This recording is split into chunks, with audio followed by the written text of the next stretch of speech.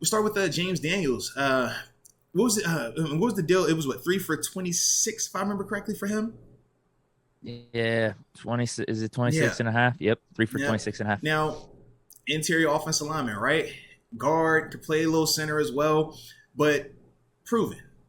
A lot of starts, a lot of to me, man. I like him when I watch him on tape. Physical dude, good size as well. He was injured in 2020, tore his pec, but then came back this past year, had one of the best seasons of his career from the things that I've read and things like that. But I definitely like him a lot. I think that he's going to be an upgrade over a Trey Turner. I think that he's a younger, healthier, player in that capacity. I like the fact that he was in the NFC North, where you play in bad weather, where you have to, be a little bit physical in that, like I said, bad weather, which is something that you're going to deal with in Pittsburgh and in the AFC North. We play in similar conditions. So knowing that, he's already accustomed to that type of atmosphere, that type of climate, I just think that, man, it helps us out. And like I said, you're getting a proven guy. So when we talked about free agency, these were the type of guys we said, hey, if we're not going to go out there and break the bank on a quarterback, you upgrade everywhere around him with these caliber players, good players that are going to come in here and make your team better. And James Daniels, to me, does that. Contract feels like a steal when you compare it to Chooks. I don't know how Right. much that has to do with tackle versus guard, but still. Hey, we talk about bringing in quarterbacks as force Mm-hmm. multipliers. James Daniel Yeah. got Mr. Trubisky up front and close over in Chicago. Mm-hmm. He saw that we signed him. He's like, man, that's my leader. That's my quarterback. I got to come to the Steelers. Yeah. The only problem is we even said it. You said it yourself. I think it's still open competition.